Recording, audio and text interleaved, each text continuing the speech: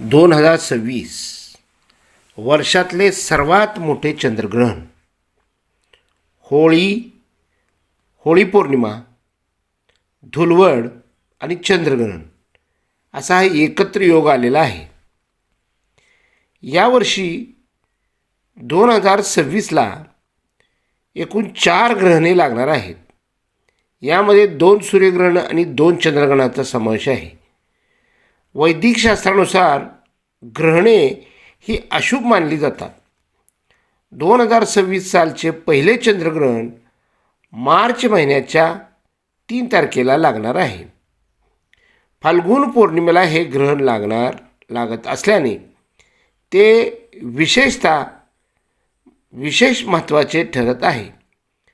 महत्त्वाचे म्हणजे याच दिवशी होलिका दहन म्हणजे होळी देखील आहे. पौर्णिमा तर आहेच, शिवाय धुलिवंदन म्हणजे धुलवडसुद्धा याच दिवशी आहे.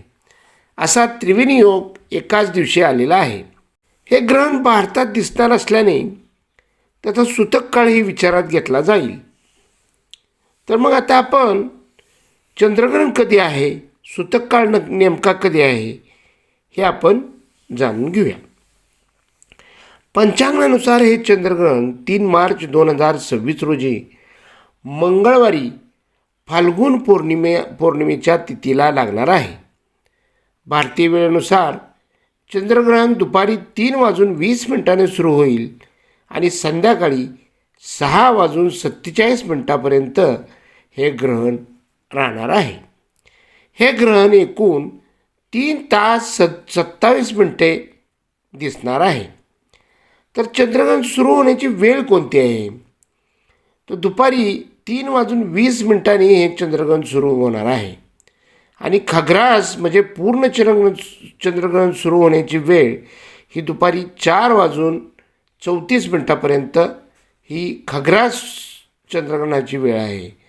ग्रहणाचे मध्यकाळ संध्याकाळी 5:04 आहे आणि खग्रास पूर्ण चंद्रग्रहण संपण्याची वेळ सायंकाळी 5:33 आहे.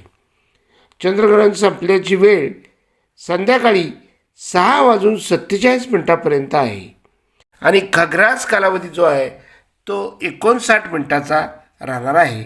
अशा प्रकारे हे ग्रहण भारतामध्ये ठराविक राज्यामध्ये दिसणार आहे. मात्र आपल्या काही राज्यामध्ये दिसताना ते लागलेले दिसणार नाही, डायरेक्ट चालू आहे असंच दिसणार आहे. तर आपण याचा सूतक काळ आहे, तो सूतक काळ आपण कधीपासून कधी पाळायचा आहे तर याविषयीची माहिती आपण पाहूया. ज्योतिषशास्त्रानुसार चंद्रग्रहणाचा जो सूतक काळ आहे तो खूप महत्त्वाचा असतो. वर्षातील हे पहिले चंद्रग्रहण भारतात दिसणार असल्याने त्याचा सूतक काळही लागू होईल.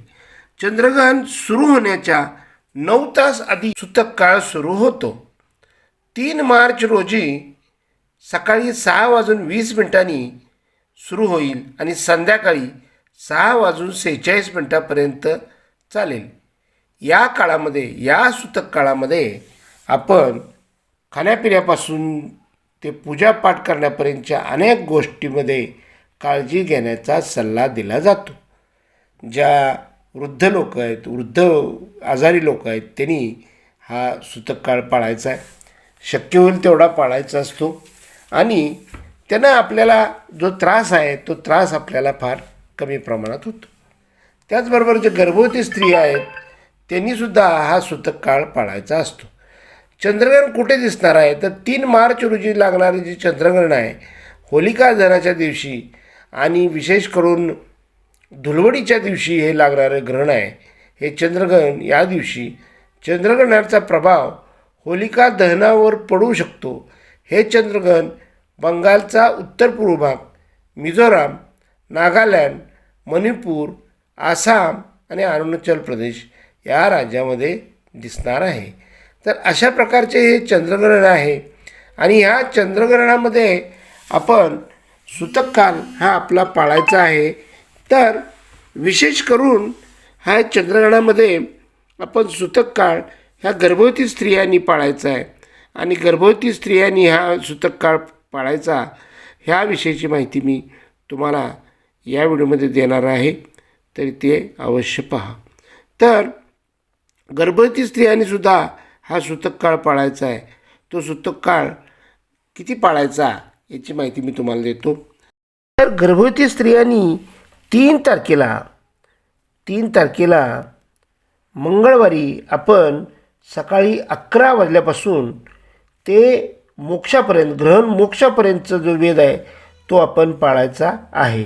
या वेदकाळामध्ये ह्या गर्भवती स्त्रियांनी स्नान, देवपूजा, नित्यकर्मे, जप, जाप्य, श्राद्ध ही कर्मे करता येतील. मात्र आपण जितकं होईल तेवढं हे ग्रहण पाळायचं आहे. आणि या ग्रहणामध्ये आपण देवांचं नामस्मरण करत राहायचं आहे, नामस्मरण करायचं आहे. हे ग्रहण गृहस्थोदित असल्याने दिनांक 3 मार्चच्या सूर्यास्तापासून मोक्षापर्यंत सायंकाळी 6:48 ग्रहणाचे वेद पाळायचे आहेत. आजारी, वृद्ध, बाल व गर्भवती स्त्रियांनी दिनांक 3 रोजी सकाळी 11 वाजल्यापासून ते ग्रहण मोक्षापर्यंत म्हणजे सायंकाळी 6:48 आपण हे वेद पाळायचे आहेत, सूतक काळ पाळायचा आहे. तर या ग्रहणामध्ये आपण ह्या महिलांनी हे करून आपण ह्या गर्भवती स्त्रियांनी मोठी काळजी घ्यायची आहे. आणि त्याचं आपल्याला जे काही त्याचा त्रास आहे तो आपल्याला त्याचा होणार नाही. आणि म्हणून आपण हे ग्रहण पाळणे आवश्यक आहे. जर तुम्हाला ही माहिती आवडली असेल तर लाईक करा, कमेंट करा आणि माझ्या चॅनलला सबस्क्राईब करा. धन्यवाद.